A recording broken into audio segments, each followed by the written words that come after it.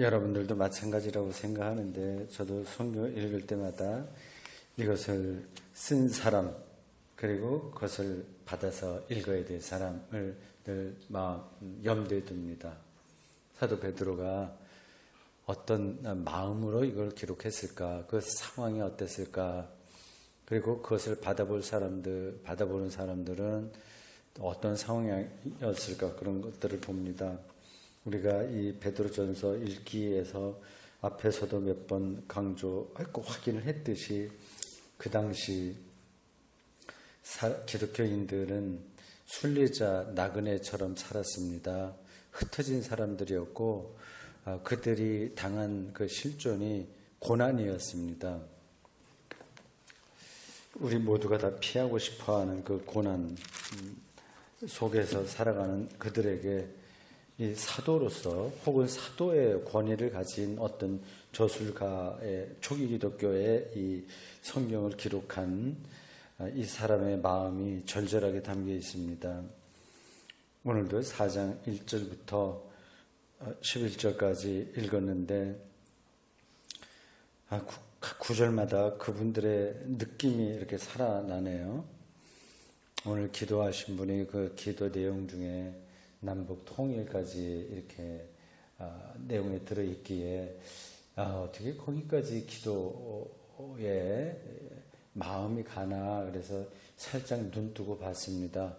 그랬더니 요 조그만 수첩에 다 써갖고 읽으시더라고요. 뭐 앞서 다른 장로님 기도하실 때도 그때도 봤는데 다 써서 하시더라고요. 목사님이 일부러 그렇게 시키셨는지 모르겠습니다만 서서 읽는 그 기도는 참 좋습니다. 자유 기도도 좋긴 한데 이 글자를 써서 그대로 공중 앞에 혼자 기도하는 게 아니라 대표로 공식적으로 기도할 때는 그 써서 하는 게 참 좋습니다. 저도 설교를 다 씁니다. 일일이 축자적으로 씁니다. 한 200자 원고지 36장, 37장 그 정도 됩니다. 목요일 금요일 수업부터 목요일에 이제 주보를 준비를 하고 어저께 목사님 보니까 이번 집회에 찬송가를 정하는데 그게 일주일 걸렸다. 그게 제가 이해가 됩니다. 여러분들은 그건 뭐 찬송가 정하는데 한 10분이면 되지 생각할지 모르나 이 말씀과 어떻게 연관되냐 하는 거 다 생각을 하고 또 찬송가도 불러봐야 됩니다. 그래서 그러한 과정들을 또 진지하게 생각하는 목사라면 그 하나하나가 시간이 많이 투자됩니다. 그런 것만이 아니라 사실은 우리의 일상이 그런 거예요. 아침에 일어나서 아직 해가 뜨지 않은 이곳을 걸어오면서도 제가 그 목사님 차를 타고 계속 그 호텔에 왔다 갔다 하고 있습니다. 이런 집회를 하게 되면 강사 목사보다 담임 목사가 더 고생을 합니다. 일일이 다 저를 데려다주고 또 그 집회 다 참석하고 해야 되니까 말이죠. 오늘 오면서도 차 그 앞줄이 위편으로 달이 예쁘게 떴더라고요. 목사님 저거 보세요. 잠깐 그런 두런두런 얘기를 하면서 왔습니다. 오늘 이 날짜에 제가 여기 아주 처음으로 왔을 뿐만 아니라 또 언제 또 오겠습니까? 유일회적으로 온 이곳에서 3박 4일 동안 자고 또 달도 보고 하는 그러한 것들을 깊숙이 생각하면 시간이 더 많이 필요합니다. 나중에 제가 돌아가서 여기하고 전혀 다른 지정학적으로 다른 대구 영천에서 이제 살게 되는데 이 바닷가의 이 마을 여기를 오래 생각을 할 겁니다. 두고두고 생각하지 않겠습니까? 우리 기독교인의 그 목사로서의 삶도 그렇고 뭐 주보를 하나 준비하는 것도 그렇고 달 하나 보는 것도 그렇고 오늘 여기서 아침 일찍 층계를 걸어서 올라오지 않았습니까? 이것도 늘 하는 것 같지만 하나하나 곰곰이 생각하면 대단한 어떤 생명사건입니다. 그거를 느끼며 살게 되면 가슴이 충만하게 된 것 하죠. 그러면 시가 저절로 나올 수 있습니다. 우리가 전문적인 시인처럼 시를 쓰지 못하나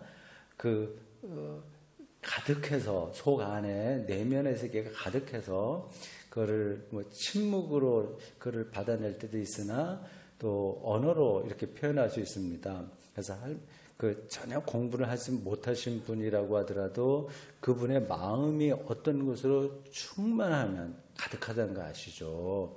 그러면 뭐 겨울철에 고구마 장사를 해도 되고 뭐 떡볶이 장사를 해도 되고 그 안에 가슴에 충만한 게 있으면 뭐 고구마 구워서 파는 거나 떡볶이 해서 하는 요게 이 지구 안에서 벌어지는 대단한 사건이거든요. 그걸 이제 공부를 하지 않은 사람들도 느끼는 사람들은 느낍니다. 그러면 그분이 한마디 저 오늘 많이 춥구나. 그 떡볶이를 추운 겨울에 이렇게 하면서도 많이 춥구나. 그 한마디가 시가 됩니다. 매 순간 성경도 늘 깨어서 기도하라고 하는데 그에 집중해서 늘 우리가 긴장해서 살 수는 없으나 그런 영적으로 깨어 있게 되면 그 시간들이 굉장히 넓어지고 굉장히 깊어집니다. 그러면 삶을 충만하게 사는 거죠. 하나님 나라를 실제로 사는 겁니다. 하나님 나라는 살아있는 거거든요. 그냥 맨날 똑같이 사는 것 같지만 그 안에서 그걸 느끼는 사람이 있고 조금 그거를 허투루 대하는 사람이 좀 있어요.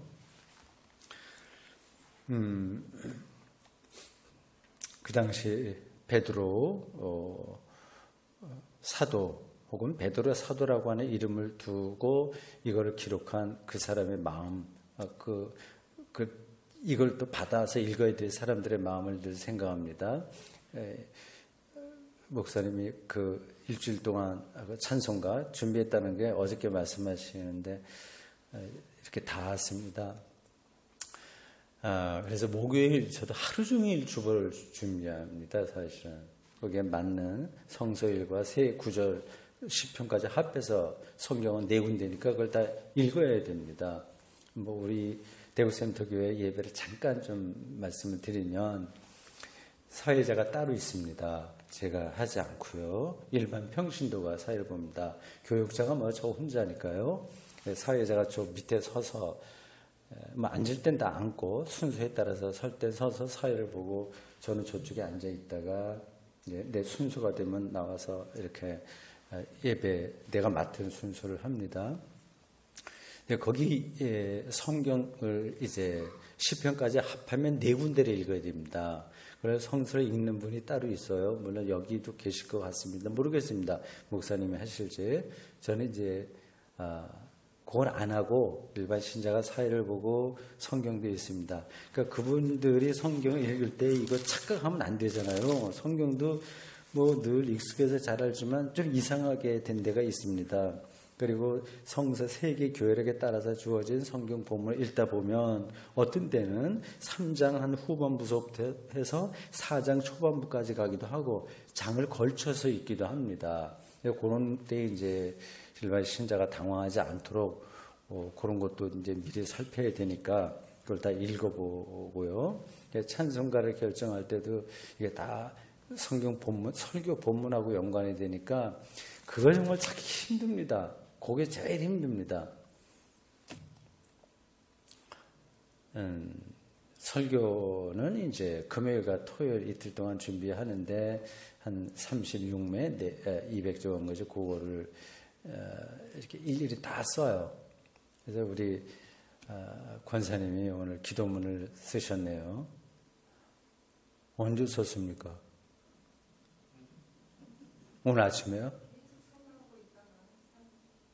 오래전에 생각하고 있다가 쓴다는 거는 특별한 경험입니다.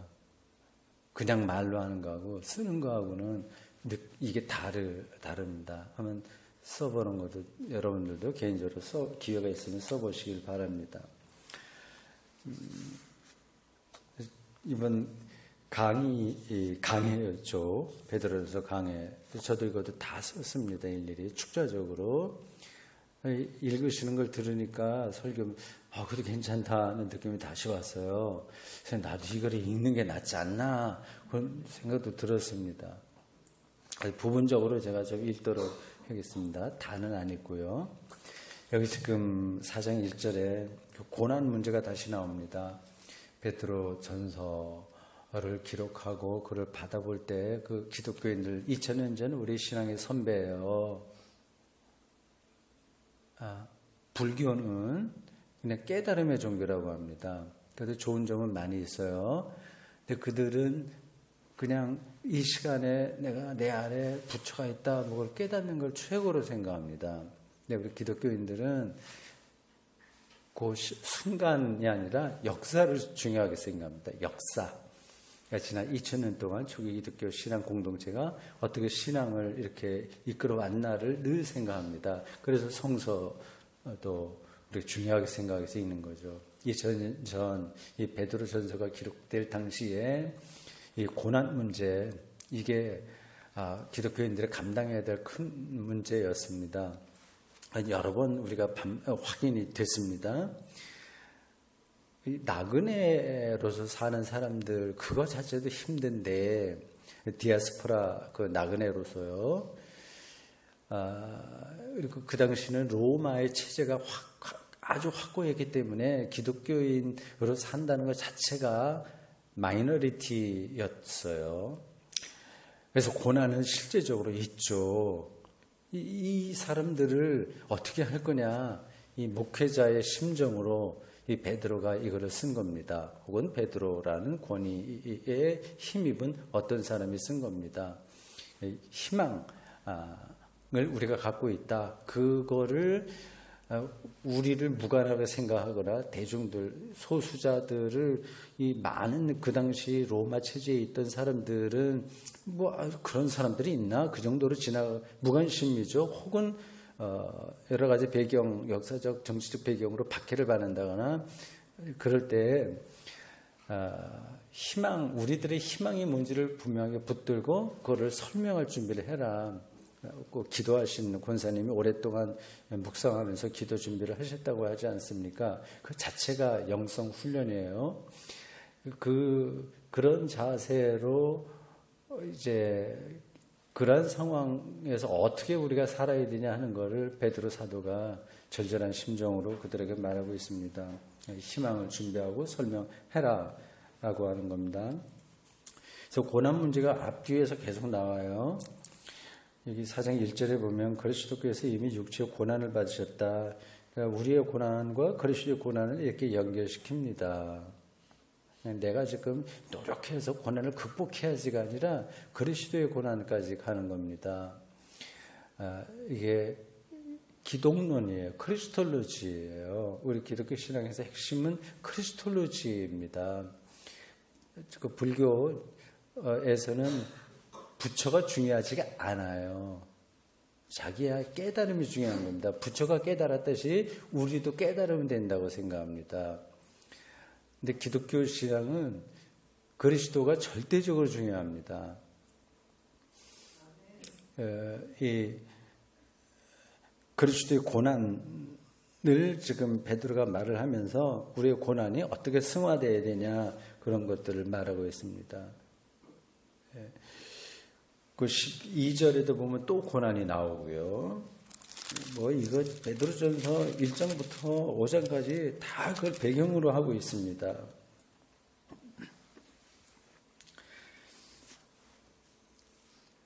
자, 보십시오. 1절. 육체의 고난을 그리스도께서 이미 받으셨다.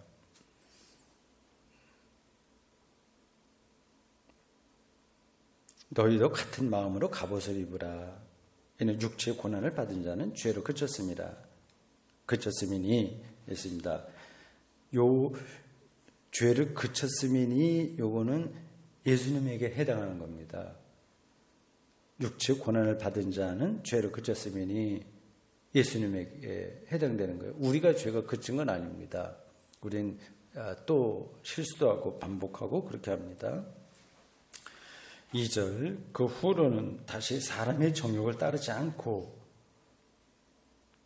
예수가 고난을 받으신 그 이후로는 다시 사람의 정욕을 따르지 않고 하나님의 뜻을 따라 육체의 남은 때를 살게 하려 함이라.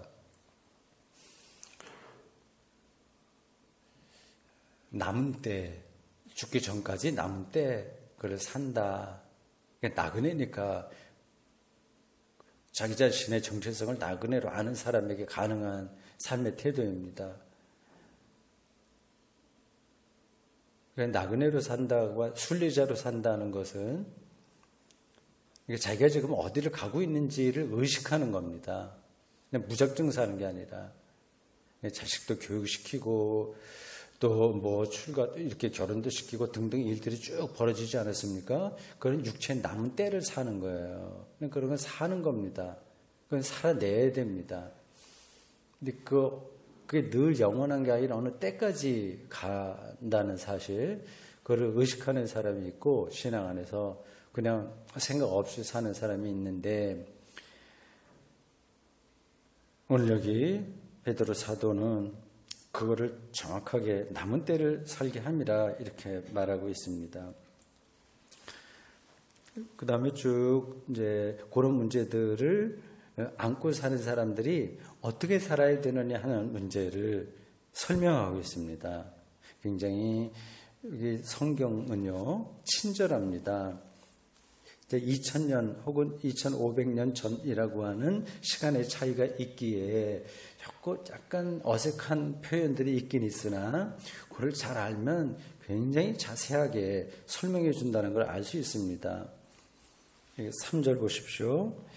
너희가 음란과 정욕과 술 취함과 방탕과 향락과 무법한 우상 숭배를 하여 이방인의 뜻을 따라 행한 것은 지나간 때로 족하도다. 이거 보세요. 2절에 보면 남은 때라고 돼 있죠. 3절에 보면은 지나간 때라고 돼 있어요. 이 두 가지가 잘 대비되어 있습니다. 지나간 때로 충분한 것이 있고 남은 때를 어떻게 살아야 되냐 하는 그 설렘과 각오, 그런 것들이 있습니다. 여기 열거되어 있는 3절에 열거되어 있는 이방인의 뜻에 따른 그러한 행함, 그 삶, 그것들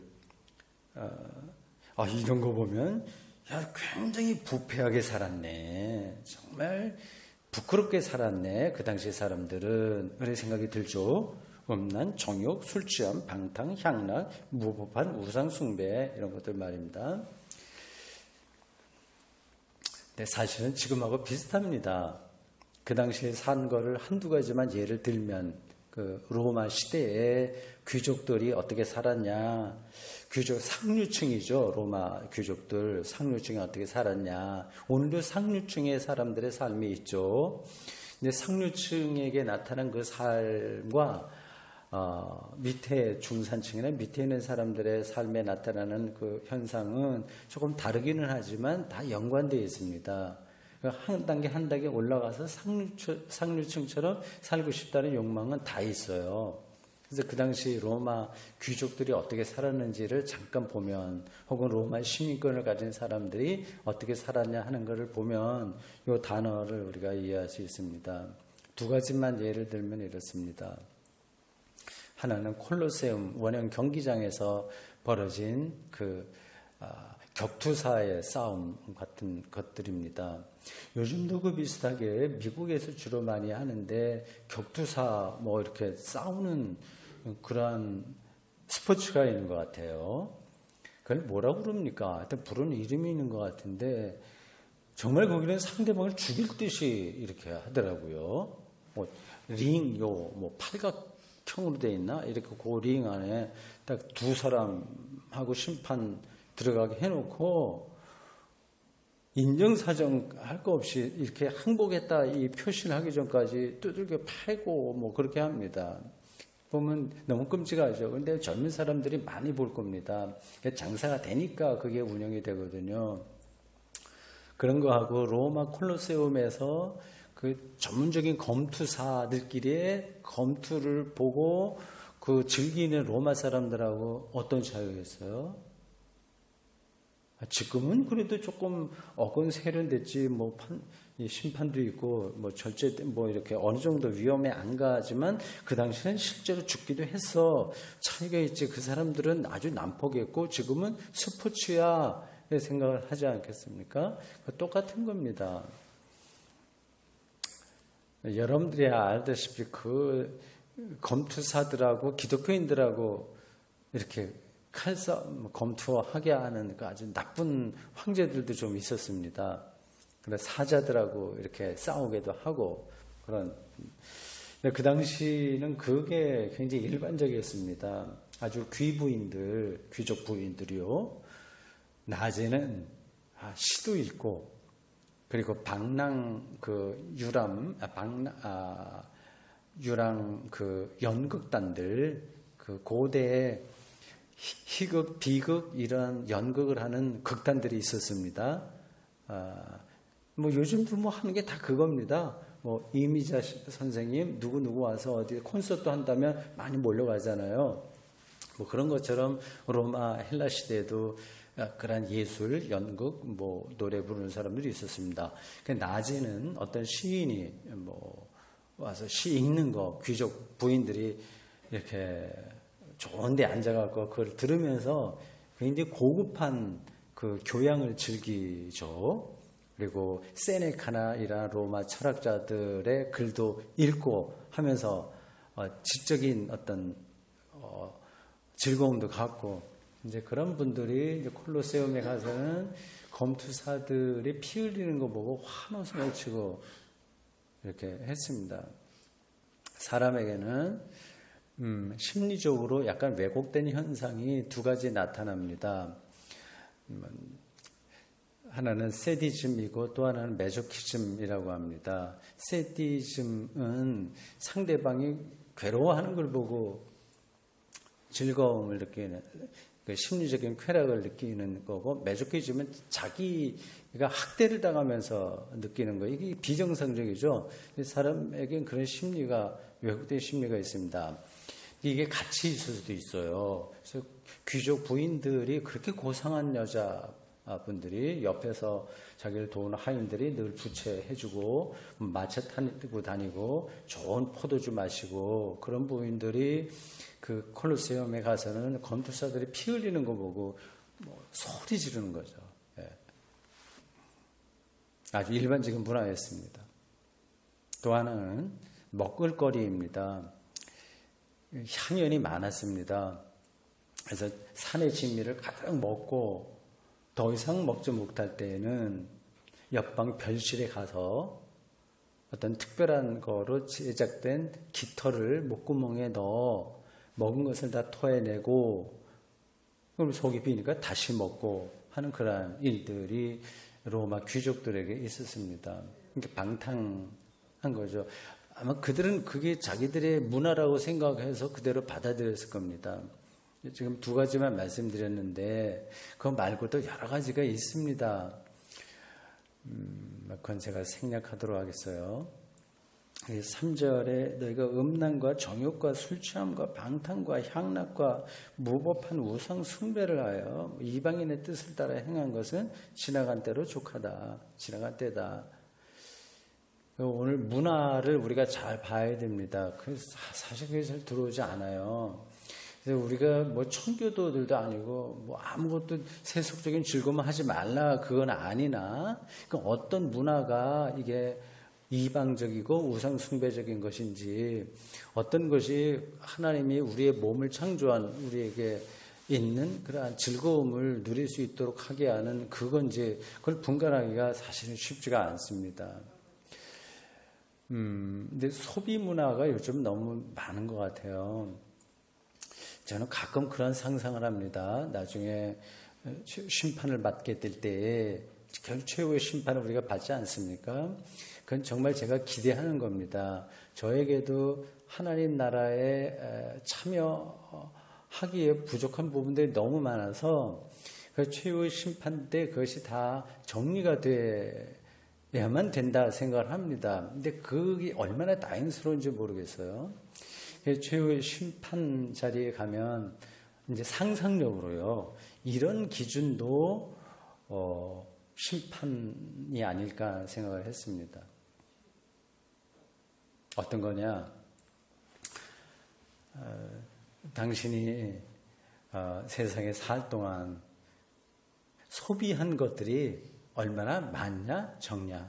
그러니까 많으면, 소비가 한 게 많으면 점수를 낮게 받고, 소비한 게 적으면 점수를 좋게 받는, 뭐 그것도 하나의 기준이 아닐까 그런 생각을 합니다. 지금 소비지향적인 이 문제, 이 문화, 이런 것들을 우리는 굉장히 자연스럽게 받아들이지 않습니까? 그래서 TV에 보면 이렇게 정규 요 채널 사이사이에 뭐 홈쇼핑이라고 그러나요? 그게 다 들어가 있죠. 그걸 돌리다 보면 저절로 보게 되는 겁니다. 그거는 안 사도 되는데 필요하게끔 우리를 자극하는 거거든요. 그게 현대 문화입니다. 마지막 최후의 심판, 예수님의 심판이라고 하는 말이 나와서 또 생각이 나네요. 이제 목사니까, 나는 하나님 앞에서 어떻게 심판을 받겠나. 그게 한편으로는 기대가 되기도 하고, 정말 기대가 됩니다. 그리고, 두렵기도 하고, 그 하나님의 심판, 우리가 마태복음 25장에서 보듯이, 우리가 예상을 못 하거든요. 누가 오른편으로 가느냐, 이건 염소 쪽으로 판단되고, 누가 오른쪽이 양이죠, 맞죠? 예, 양, 구원받는 그런 쪽으로 가냐, 누가 왼쪽으로 가냐, 그거를 당사자는 모르거든요. 내가 왜 이 염소 쪽으로 가냐, 내가 왜 양으로 가냐, 그건 이제 하나님만, 주님만 심판하는 겁니다. 아니, 목사니까, 나는 어떤 기준으로 판단받나, 그런 것들을 늘은 아니지만 종종 생각합니다. 그래서 상상력을 발휘해서 이 부분 생각했습니다. 재밌으라고 여러분들 드리는 거니까 들으십시오. 주님께서 목사들이 왔을 때 이렇게 판단하지 않을까. 그 여러 점수의 한 항목으로서 이렇습니다. 당신이 목회했던 그 교회의 신자들 이름하고 얼굴, 그 사람이 누군지 그런 거를 몇 프로는 아냐. 그래서 자기네 교인들 100%를 아는 목사가 있고요. 그 자식들까지 아는 목사가 있고, 한 80%쯤만 아는 사람이 있고, 50%만 아는 사람이 있고, 10%도 모르는 분도 있습니다. 만약에 교인이 한 2만 명, 한 3만 명 된다면 10%만 하면 3천 명이죠. 3천 명의 이름하고 사는 신자들을 매칭시켜서 알 수 있겠습니까? 안 되거든요. 그거를 그러니까 목회자니까 그 목회자와 이 신자들의 관계는 특별한 거 아니겠습니까? 큰 대형 교회에서는 이건 아무리 자기 열심히 하려고 하더라도 안 되는 거. 이건 정명수 목사가 이렇게 목사들은 심판받더라, 이름을 얼마나 아냐, 그렇게 다른 데서는 말씀하지 마십시오. 제가 그거는 비밀이라서 모르는 거고, 상상력으로 정말 내가 하나님 앞에 섰을 때 목회자로서 어떻게 판단을 받을까 하는 거를 생각해 보다가 말씀을 드린 겁니다. 콜로세움과 먹을거리 벼실에 가서 토해내고 또 먹는 이러한 벌써 그때도 자극적인 즐거움, 검투사들의 그걸 통해서 느끼는 세디즘적인 즐거움, 가학적인 그런 즐거움이 있었고, 먹을거리에서도 그렇고 그랬다는 겁니다. 그게 바로 3절에서 지나간 때로 족한 거, 나열된 그 단어가 가리키고 있는 내용입니다. 5절 보십시오. 그런 것들을 이야기하고, 이제 우리는 심판대 앞에 선다. 그거를 생각해라. 그런 뜻으로 5절 그렇게 말합니다. 산 자와 죽은 자를 심판하기로 예비하신 이입니다. 6절에 여기 다시 한번 3장 19절에 나와 있던 그 구절과 연관된 내용이 나옵니다. 이를 위하여 마지막 심판이죠. 죽은 자들에게도 복음이 전파되었으니 이는 육체로는 사람으로 심판을 받으나 영으로는 하나님을 따라 살게 하려 함이라. 요 3장 19절과 4장 6절이 연관되는 겁니다. 예수 그리스도의 고난과 우리의 고난을 연관시키면서 이 시대의 소비 중심적이고 가학적이고 세디즘적인 그러한 문명 속에 사는 거 지나간 거로 충분하다. 이제는 남은 때를 산다. 이제 이런 의식이 우리들에게 명료하면 이게 보이는 거예요. 내가 어떻게 살아야 되냐. 물론 100%는 안 보입니다. 근데 보려고 노력을 하게 됩니다. 내가 이게 옳은지 그른지. 예를 들면 여기도 그런 분들이 있을지 없을지 모르겠지만 부동산 투기 같은 거 이렇게 하려는 마음이 이제 안 드는 거죠. 이렇게 되면 그게 이제 우리나라에서는 그런 걸로 돈벌이의 벼락부자가 될 수도 있는데 내가 이런저런 사정으로 집이나 땅을 샀다가 그게 저절로 올라서 이익이 생겼다는 것은 그건 뭐라고 하겠습니까만 아주 작심해서 투기식으로 하는 그러한 일들은 남은 때를 이제 사는다고 하는 요 하나님의 말씀을 자기의 삶의 중심으로 삼는 기독교인 디아스포라 순례자의 영성으로는 맞지 않는 거거든요. 이런 부분들을 참 분간하기 힘든데 여러분들 하여튼 잘 생각하시기 바랍니다.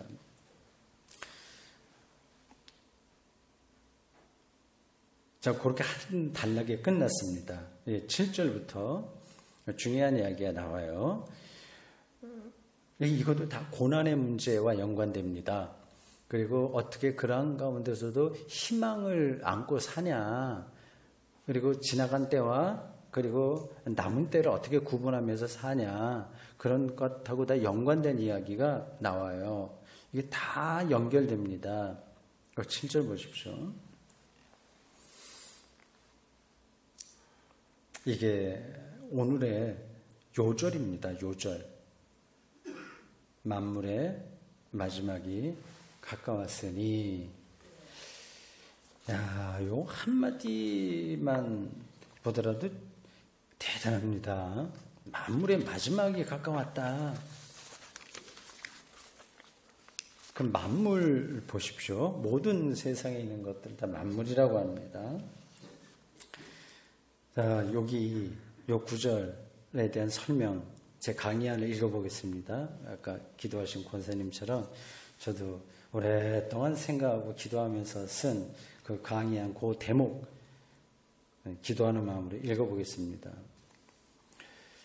베드로전서 4장 7절의 첫 문장은 장엄하게 들린다.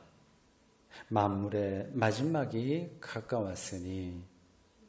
만물은 세상의 모든 것이다.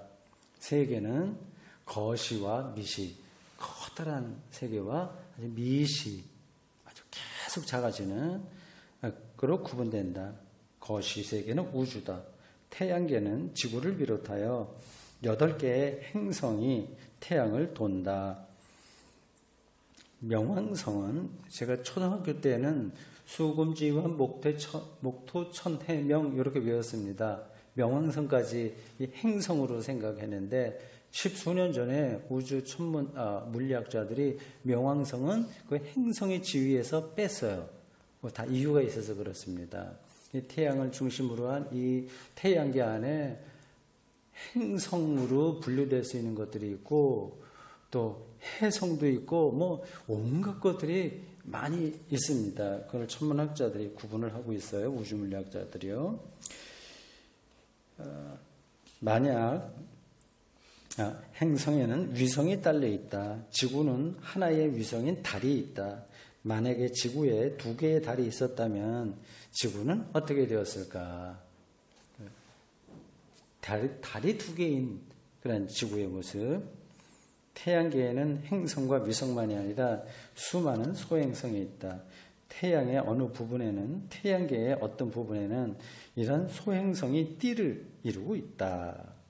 태양은 은하계 속에 속해 있다. 은하계에는 1000억 개의 별이 있고 이런 은하계가 우주에는 1000억 개 이상이다. 이 모든 우주는 만물에 속한다. 여기 7장 1절에 만물이라고 한 단어로 나와 있는데 이게 지금 설명한 이 우주 거시 세계까지 다 포함된 그런 이야기라는 말씀입니다. 행성 중에 지구는 특별하다. 현재까지 알려진 바로는 지구에만 생명체가 존재한다. 언젠가 때가 되면 외계인을 만날 수도 있고 만나지 못할 수도 있다. 만난다면 우리 후손들이 놀라고 반가워서 놀라고, 만나지 못하면 거의 무한한 크기의 우주에 지구에만 지능을 가진 인간이 산다는 사실이 확인돼서 또 놀란다. 어딘가에 외계인이 존재한다고 하더라도 외계인을 인간이 만날 가능성은 거의 없다. 거시 세계는 이 만나지 못하는 것은 너무 크고 시간으로 너무 떨어져 있기 때문에 그렇습니다. 거시 세계는 빅뱅에서 시작했다. 빅뱅이 물리학자들에 의해서 증명된 뒤로 기독교의 창조로는 설득력을 얻었다. 그 전에는 이 세계는 원래 그렇게 있었다 생각을 했습니다. 그래서 계속 그렇게 갈 거다. 물리학이 그렇게 얘기했는데 빅뱅이 이제 확인된 뒤로는 이제 시작이 있는 거예요. 그러니까 창조론이 훨씬 더 이제 설득력을 얻게 된 겁니다. 조금만 더 읽겠습니다. 이거 미시 세계에 대한 거예요. 거시와 미시로 만물이 이루어졌습니다. 저는 설교 시간에 뭐 이런 것들을 다 하지는 않지만 우리는 성경 공부라서 이런 얘기를 합니다.